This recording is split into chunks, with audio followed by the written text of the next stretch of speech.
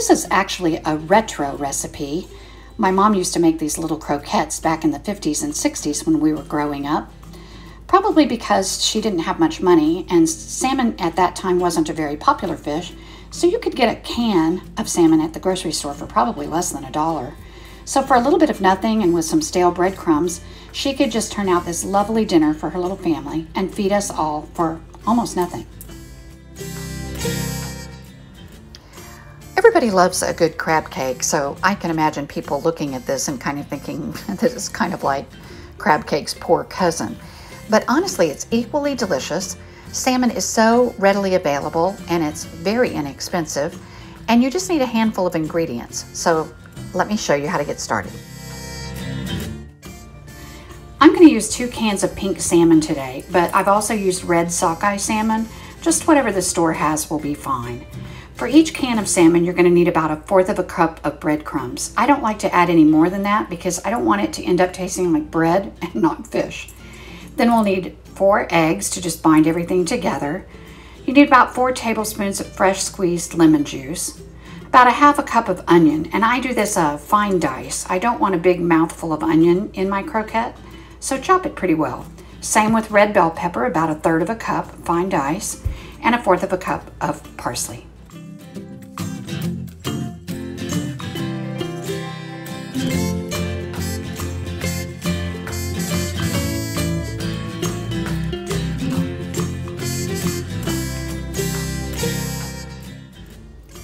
I keep a garbage bowl on the counter that I just dump everything in, and then I can keep my work surface clean.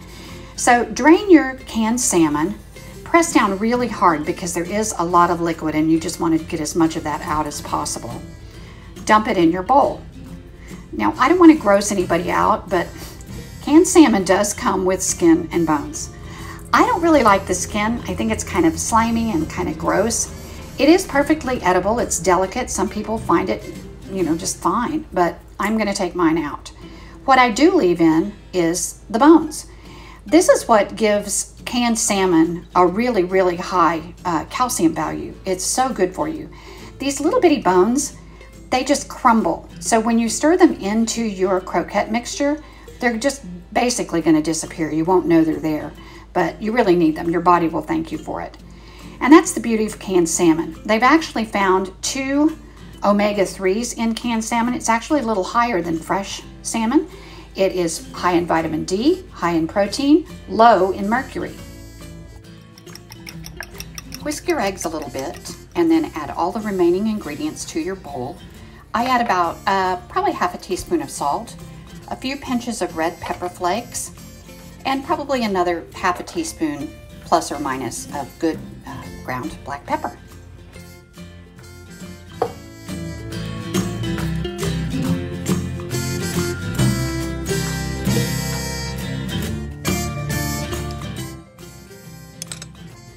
I use a 1/2 cup measuring scoop to portion my croquettes. A little bit less than 1/2 cup will yield 4 good sized croquettes, and I make them kind of in the shape of a little torpedo. I kind of like the thickness of that. And then I'll get 2 patties, which I can stick in the freezer and use later for salmon burgers.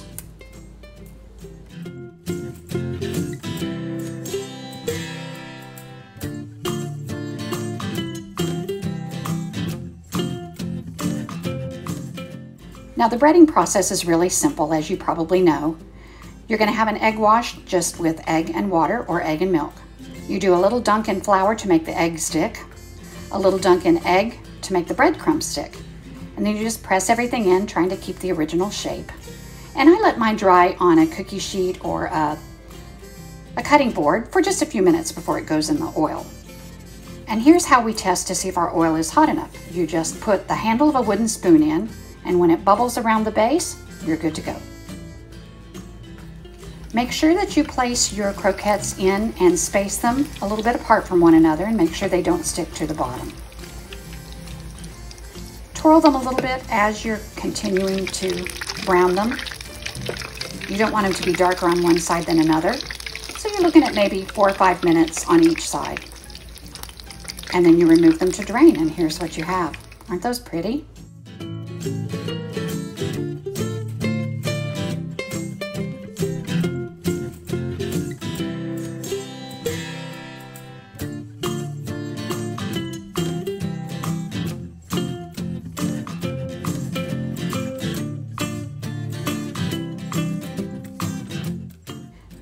creamed peas, you're going to need a really healthy tablespoon of flour for each can of peas, a little sprinkling of sugar, and some salt. Now drain the liquid from your peas into your flour, and remember, you'll always add liquid to flour, never flour to liquid, and then that way you won't get any clumps. Then you're just going to whisk up everything together, your little pea juice, and make sure you just thoroughly mix it, smooth, nice little slurry there, and then you're ready. Now a pot, the peas, and a pat of butter. Now add your slurry and maybe a good sprinkling of fresh cracked black pepper and bring your peas up to a boil. Now, of course, you can do any green vegetable you'd like with your croquettes, but I'm trying to be true to Bonnie, and she really did like to pair these little sweetened cream peas with her croquettes. She wouldn't have used this brand, of course. She probably would have gotten something 5 for $1 because she always had so many mouths to feed. But I hope you'll at least try this and see what you think. So while our peas are coming up to temperature, I'm going to fiddle around with a little sauce. And I start with equal portions of mayonnaise and sour cream. You can use Greek yogurt to lower the fat content if you want. I give a good squirt of sriracha, and I love curry, so I'm going to add some curry powder and some dill. Swirl it together with a good squeeze of lemon. Now I didn't think that added quite enough flavor for us, so I went back, I added a couple of tablespoons of cocktail sauce and a heaping teaspoon of horseradish.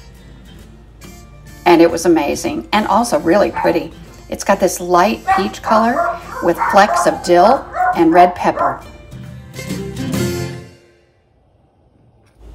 Now the peas are nice and thickened and they've come to a boil. We can lower the heat all the way to low while we fill our plates. Perfect texture.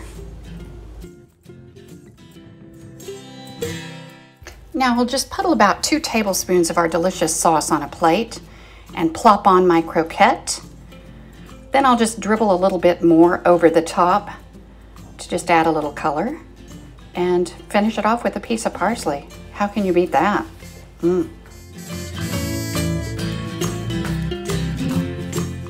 So there you have it. Paired with a couple of sliced tomatoes from my garden, don't you think that just looks like a plate you'd see in a little country diner somewhere? I think you're really going to love this wonderful crunchy exterior, the soft, delicate interior. So whether you put it with some sauce that you make yourself or prepared tartar sauce or ketchup, it's a really nice little meal.